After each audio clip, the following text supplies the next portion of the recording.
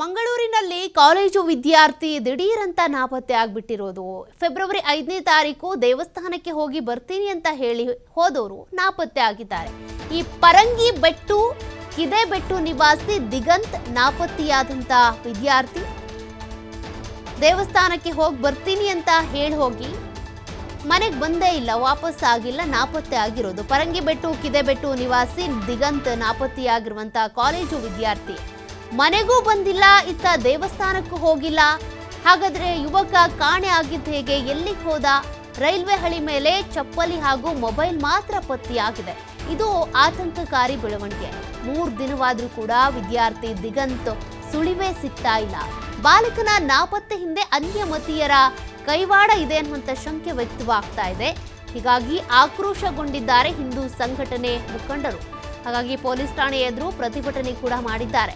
24 ಗಂಟೆ ಒಳಗೆ ಪತ್ತೆ ಹಚ್ಚದೇ ಇದ್ರೆ ಶನಿವಾರ ಫರಂಗಿಪೇಟೆ ಬಂದ್ ಎಚ್ಚರಿಕೆಯನ್ನ ಕೂಡ ಕೊಟ್ಟಿದ್ದಾರೆ. ಹಾಗಾದ್ರೆ ಯುವಕ ಹೋಗಿದ್ದಲ್ಲಿ ದಿಗಂತ್ ಅನ್ನುವಂಥ ಪ್ರಶ್ನೆ ಈಗ ಎದುರಾಗ್ತಾ ಇದೆ. ಒಂದ್ ಕಡೆ ಈ ರೈಲ್ವೆ ಹಳಿ ಮೇಲೆ ಚಪ್ಪಲಿ ಮತ್ತೆ ಮೊಬೈಲ್ ಪತ್ತೆಯಾಗಿದೆಯಂತೆ, ಮತ್ತೊಂದ್ ಕಡೆ ಈಗ ಪೊಲೀಸರಿಗೂ ಕೂಡ ಯಾವುದೇ ಸುಳಿವು ಸಿಗ್ತಾ ಇಲ್ಲ.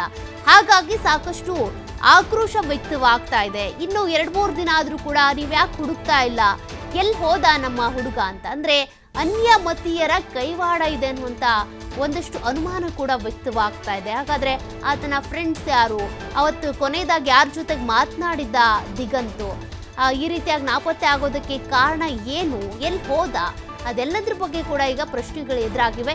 ಇನ್ನು ಹಿಂದೂ ಸಂಘಟನೆ ಮುಖಂಡರೇನಿದ್ದಾರೆ ಅವರು ಪೊಲೀಸ್ ಸ್ಟೇಷನ್ ಎದುರುಗಡೆನೆ ಪ್ರತಿಭಟನೆ ಮಾಡಿ ತಮ್ಮ ಆಕ್ರೋಶ ಹೊರ ಹಾಕಿದ್ದಾರೆ.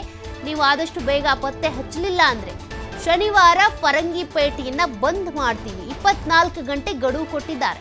ಅಷ್ಟರ ಒಳಗಾಗಿ ದಿಗಂತ್ನನ್ನ ಪತ್ತೆ ಹಚ್ಚಬೇಕು.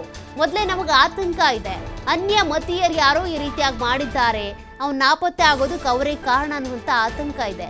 ನೀವೇನಾದ್ರೂ ಹುಡುಕ್ ಕೊಡ್ಲಿಲ್ಲ ಅಂತಂದ್ರೆ 24 ಗಂಟೆ ಒಳಗೆ ಹುಡುಕ್ ಕೊಡ್ಬೇಕು, ಕೊಡ್ಲಿಲ್ಲ ಅಂದ್ರೆ ನಾವು ಫರಂಗಿಪೇಟೆಯನ್ನ ಬಂದ್ ಮಾಡ್ತೀವಿ ಶನಿವಾರ ಅಂತ ಈ ರೀತಿ ಕರೆ ಕೊಟ್ಟಿದ್ದಾರೆ. ಬಟ್ ಈ ಸಾಕಷ್ಟು ಅನುಮಾನಗಳಿಗೆ ಕಾರಣ ಆಗ್ತಿರೋದು ಈ ದಿಗಂತ್ ಚಪ್ಪಲಿ ಮತ್ತು ಮೊಬೈಲ್ ರೈಲ್ವೆ ಟ್ರ್ಯಾಕ್ ಮೇಲೆ ಪತ್ತೆಯಾಗಿದೆ. ಮತ್ತೊಂದು ಕಡೆ ಆತ ದೇವಸ್ಥಾನಕ್ಕೂ ಹೋಗಿಲ್ಲ, ಮನೆಗೂ ಬಂದಿಲ್ಲ. ಹಾಗಾದ್ರೆ ಹೋಗಿದ್ದಾದ್ರೂ ಎಲ್ಲಿಗೆ?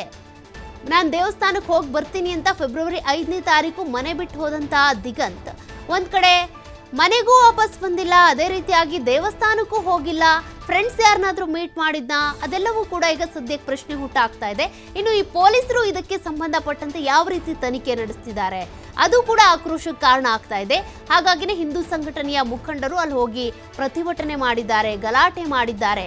ನೀವು 2-3 ದಿನ ಆದ್ರೂ ಕೂಡ ಪತ್ತೆ ಹಚ್ಚಿಲ್ಲ, ಎಲ್ಲಿ ಹೋದ ದಿಗಂತು, ಏನ್ ಕ್ರಮ ಕೈಗೊಂಡಿದ್ದೀರಾ? ಹೋಗ್ಲಿ ಆತನನ್ನು ಹುಡ್ಕೋದಕ್ಕೆ ಅಂತ ನೀವೇನಾದ್ರೂ ಟೀಮ್ ರಚನೆ ಮಾಡಿಕೊಂಡು ಹುಡುಕಾಟ ನಡೆಸ್ತಾ ಇದ್ದೀರಾ? ಅದ್ಯಾವುದು ಕೂಡ ನಮಗೆ ಗೊತ್ತಾಗ್ತಿಲ್ವಲ್ಲ ಅಂತ ಪ್ರಶ್ನೆ ಮಾಡ್ತಾ ಇದ್ದಾರೆ. ಹಾಗಾದ್ರೆ ದಿಗಂತ್ ಮನೆ ಬಿಟ್ಟ ತಕ್ಷಣ ದೇವಸ್ಥಾನಕ್ಕೆ ಹೋಗ್ಲೇ ಇಲ್ವಾ? ಮಧ್ಯದಲ್ಲಿ ಯಾರಾದ್ರೂ ಸಿಕ್ರಾ, ಅಥವಾ ಆತನೇ ಬೇರೆ ಎಲ್ಲಾದ್ರೂ ಹೋದ್ನಾ? ಮನೆಯಲ್ಲಿ ಏನಾದ್ರೂ ಜಗಳ ಆಗಿತ್ತಾ, ಅಥವಾ ಸ್ನೇಹಿತರ ಜೊತೆ ಏನಾದ್ರೂ ಜಗಳ ಆಗಿತ್ತಾ? ಈಗ ಹಿಂದೂ ಸಂಘಟನೆಯ ಮುಖಂಡರು ಆರೋಪ ಮಾಡೋ ರೀತಿಯಾಗಿ ಯಾರಾದ್ರೂ ಅನ್ಯಮತೀಯರು ಅಂದ್ರೆ ಬೇರೆ ಧರ್ಮದವರು ಈ ರೀತಿಯಾಗಿ ಮಾಡಿದ್ದಾರೆ ಅನ್ನೋದು ಅವರ ಆರೋಪ. ಅದೇ ರೀತಿ ಏನಾದ್ರೂ ಆಗಿದೆಯಾ? ಏನಾದ್ರೂ ವೈಷಮ್ಯ ಇತ್ತಾ ದಿಗಂತ್ಗೆ? ಯಾರ ಜೊತೆನಾದ್ರೂ ಜಗಳಗಳು ಏನಾದ್ರೂ ಆಗಿತ್ತಾ? ಅದಕ್ಕೆ ಸಂಬಂಧಪಟ್ಟಂತೆ ಈಗ ಪೊಲೀಸರು ತನಿಖೆಯನ್ನ ಶುರು ಮಾಡಿದ್ದಾರೆ. ಬಟ್ ಪೊಲೀಸರ ತನಿಖೆ ವಿರುದ್ಧ ಕೂಡ ಈಗ ಹಿಂದೂ ಮುಖಂಡರು ಆಕ್ರೋಶ ಹೊರ ಹಾಕಿದ್ದಾರೆ. 3 ದಿನ ಆದ್ರೂ ಕೂಡ ದಿಗಂತ್ ಸುಳಿವನ್ನ ಪತ್ತೆ ಹಚ್ಚಿಲ್ಲ, ನೀವು ಏನ್ ಮಾಡ್ತಿದ್ದೀರಾ? 24 ಗಂಟೆ ಗಡುವನ್ನ ಕೊಡ್ತೀವಿ, ಅಷ್ಟ್ರ ಒಳಗಾಗಿ ನೀವು ದಿಗಂತನನ್ನ ಪತ್ತೆ ಹಚ್ಚಬೇಕು. ಪತ್ತೆ ಹಚ್ಚಿಲ್ಲ ಅನ್ನೋದಾದ್ರೆ ನಾವು ಫರಂಗಿಪೇಟೆಯನ್ನ ಬಂದ್ ಮಾಡ್ತೀವಿ, ಶನಿವಾರ ಬಂದ್ ಮಾಡ್ತೀವಿ ಅಂತ ಕರೆ ಕೊಟ್ಟಿದ್ದಾರೆ. ಹಾಗಾದ್ರೆ ದಿಗಂತನ ಪೋಷಕರು ಏನ್ ಹೇಳ್ತಾರೆ ಅನ್ನೋದನ್ನ ಗಮನಿಸಬೇಕಿದೆ.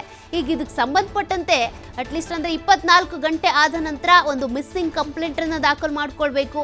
ಅದಾದ ನಂತರ ಟೀಮ್ ಮಾಡ್ಕೊಂಡು ಹುಡುಕ್ಬೇಕು. ಅದೆಲ್ಲ ಡೆವಲಪ್ಮೆಂಟ್ಸ್ಗಳು ಪೊಲೀಸ್ ಠಾಣೆಯಲ್ಲಿ ಆಗ್ತಾ ಇದೆಯೋ ಇಲ್ವೋ, ಅದ್ರ ಬಗ್ಗೆ ಪೋಷಕರು ತಿಳ್ಕೊಂಡಿದಾರೋ ಇಲ್ವೋ, ಅದನ್ನು ಕೂಡ ಈಗ ಗಮನಿಸಬೇಕಿದೆ. ಹಾಗಾದ್ರೆ ದಿಗಂತ್ ಹೋಗಿದ್ದೆಲ್ಲಿಗೆ? ಆತನನ್ನ ಯಾರಾದ್ರೂ ಕಿಡ್ನಾಪ್ ಮಾಡಿದ್ರಾ? ದಿಗಂತೆ ಎಲ್ಗಾದ್ರೂ ಹೋದ್ನಾ? ರೈಲ್ವೆ ಟ್ರ್ಯಾಕ್ ಮೇಲೆ ಚಪ್ಪಲಿ ಯಾಕೆ ಪತ್ತೆ ಆಯಿತು? ಚಪ್ಪಲಿ ಮತ್ತು ಮೊಬೈಲ್ ಅಲ್ಲಿ ಇಟ್ಟಿದ್ಯಾರು? ಅಥವಾ ಆತನನ್ನ ಅಲ್ಲಿಂದ ಯಾರಾದ್ರೂ ಕಿಡ್ನಾಪ್ ಮಾಡ್ಕೊಂಡು ಕರ್ಕೊಂಡು ಹೋದ್ರಾ? ಇಷ್ಟೆಲ್ಲ ಅನುಮಾನಗಳು ಈಗ ಶುರುವಾಗಿದ್ದಾವೆ. ಪೊಲೀಸರು ತಮ್ಮ ತನಿಖೆ ನಂತರ ಏನು ಹೇಳ್ತಾರೆ? ಅಟ್ಲೀಸ್ಟ್ ಜೀವಂತವಾಗಿದ್ದಾನ ಇಲ್ವಾ ದಿಗಂತ್ ಅದು ಒಂದು ಪ್ರಶ್ನೆ ಆಗಿದೆ. ಪೋಷಕರಿಗೆ ಉತ್ತರ ಸಿಗಬೇಕಲ್ಲ. 2-3 ದಿನ ಆಯಿತು ಮಗ ಮನೆ ಬಿಟ್ಟು ಹೋಗಿ ಅಂತ. ಹಾಗಾಗಿ ಈಗ ಸದ್ಯಕ್ಕಿರುವಂಥ ಪ್ರಶ್ನೆ, ಈಗ ಕಿಡ್ನಾಪ್ ಆಗಿದ್ದಾನಾ ಅಥವಾ ಬೇರೆ ಯಾರಾದರೂ ಧರ್ಮದವರು ಅವ್ರು ಹೇಳೋ ಪ್ರಕಾರ ಕಿಡ್ನಾಪ್ ಏನಾದರೂ ಮಾಡಿ ಹೆದರಿಸ್ತಿದ್ದಾರಾ? ಅದು ಯಾವುದೂ ಕೂಡ ಸುಳಿವೇ ಸಿಗ್ತಾ ಇಲ್ಲ. ಅಟ್ಲೀಸ್ಟ್ ಒಂದು ಫೋನ್ ಕಾಲ್ ಬಂದಿದ್ದರೆ ಗೊತ್ತಾಗ್ತಾ ಇತ್ತು ಏನು ಎಂಥ ಕತೆ ಅಂತ. ಬಟ್ ಇದು ಸಾಕಷ್ಟು ಪ್ರಶ್ನೆ ಹುಟ್ಟಾಗ್ತಾ ಇದೆ. ಮತ್ತಷ್ಟು ಡೀಟೇಲ್ಸ್ ಕೊಡ್ತಾರೆ ಪ್ರತಿನಿಧಿ ಆದಿತ್ಯ. ಈ ರೀತಿ ದಿಗಂತ್ ನಾಪತ್ತೆ ಆಗಿರೋದು ಒಂದಷ್ಟು ಅನುಮಾನಗಳನ್ನು ಹುಟ್ಟಾಗ್ತಾ ಇದೆ. ಕೆಲವರು ಹೇಳ್ತಿದ್ದಾರೆ ಅನ್ಯಮತೀಯರು ಏನೋ ಮಾಡಿರ್ಬೋದು ಅನ್ನುವಂಥ ಅನುಮಾನ ವ್ಯಕ್ತವಾಗ್ತಾ ಇದೆ ಅಂತ. ಬಟ್ ಏನಾಗಿದ್ದು ನಿಜಕ್ಕೂ ಕೂಡ ನಾಪತ್ತೆ ಆಗಿದ್ದು ಯಾವಾಗ ಎಕ್ಸಾಕ್ಟ್ ಆಗಿ? ಸೌಖ್ಯ, ನಿಜವಾಗ್ಲು ಫೆಬ್ರವರಿ 25ನೇ ತಾರೀಕಿನಂದು ಈ ಹುಡುಗ ಏನಿದ್ದಾನೆ ಈತ ದೇವಸ್ಥಾನಕ್ಕೆ ಹೋಗ್ತೀನಿ ಅಂತ ಮನೆಯಲ್ಲಿ ಒಂದು ಮಾಹಿತಿಯನ್ನ ಕೊಟ್ಟಿದ್ದ. ಈತನ ಊರು ಬಂಟ್ವಾಳ ತಾಲೂಕಿನ ಫರಂಗಿ ಬೆಟ್ಟುವಿನ ಕಿದಿಬೆಟ್ಟು ಅನ್ನುವಂಥ ಒಂದು ಪ್ರದೇಶ. ಇಲ್ಲಿನ ನಿವಾಸಿ ಈತ ದಿಗಂತ್ ಅನ್ನುವಂಥ ವಿದ್ಯಾರ್ಥಿ. ಈತ ದೇವಸ್ಥಾನಕ್ಕೆ ಹೋಗ್ತೀನಿ ಅಂತ ಹೇಳಿದಾನಂತೆ. ಆದ್ರೆ ಆತ ಹೋದ ಬಳಿಕ ಆತ ನಾಪತ್ತೆಯಾಗಿದ್ದಾನೆ ಮತ್ತು ಅಲ್ಲೇ ಸಮೀಪದ ಒಂದು ರೈಲ್ವೆ ಟ್ರ್ಯಾಕ್ ಬಳಿ ಈತನ ಚಪ್ಪಲಿ ಎಲ್ಲ ಪತ್ತೆಯಾಗಿದೆ ಅನ್ನುವಂತ ಮಾಹಿತಿ ಕೂಡ ಸದ್ಯ ಸಿಗ್ತಾ ಇರುವಂತದ್ದು. ರೈಲ್ವೆ ಹಳಿಯ ಪಕ್ಕ ಈತನ ಚಪ್ಪಲಿ ಮತ್ತು ಮೊಬೈಲ್ ಪತ್ತೆಯಾಗಿದೆ. ಆದ್ರೆ ಈತ ನಾಪತ್ತೆಯಾದ ಬಳಿಕ ಅಂದ್ರೆ 3 ದಿನ ಆದ್ರೂ ಕೂಡ ಈತನ ಬಗ್ಗೆ ಯಾವುದೇ ರೀತಿಯ ಸುಳಿವು ಇಲ್ಲ. ಹಾಗಾಗಿ ಹಿಂದೂ ಸಂಘಟನೆಗಳು ಇದನ್ನ ಯಾರೋ ಕೊಲೆ ಮಾಡಿರಬಹುದಾ ಅಥವಾ ಈ ತರ ಏನೋ ಒಂದು ಅನ್ಯಮತೀಯರು ಏನಾದರೂ ಈತನಿಗೆ ತೊಂದರೆ ಕೊಟ್ಟಿರಬಹುದಾ, ಈ ತರ ಒಂದು ಅನುಮಾನಗಳನ್ನ ವ್ಯಕ್ತಪಡಿಸ್ತಾ ಇದ್ದಾರೆ.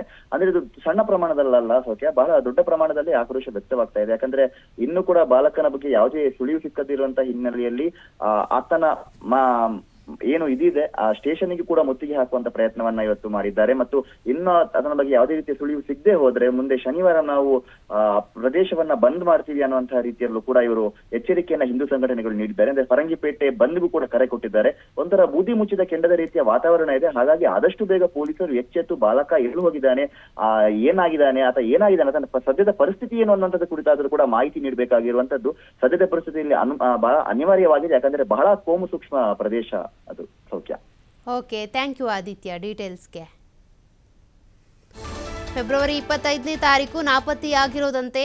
ಹೀಗಿದ್ರೂ ಕೂಡ ಪೊಲೀಸರು ಯಾಕೆ ವಿಚಾರಣೆ ಮಾಡ್ತಿಲ್ಲ, ತನಿಖೆ ಆಗ್ತಿಲ್ಲ ಅಂತ ಆಕ್ರೋಶ ವ್ಯಕ್ತವಾಗ್ತಾ ಇದೆ. ಮಂಗಳೂರಿನಲ್ಲಿ ಕಾಲೇಜು ವಿದ್ಯಾರ್ಥಿ ದಿಢೀರಂತ ನಾಪತ್ತೆ ಆಗ್ಬಿಟ್ಟಿರೋದು.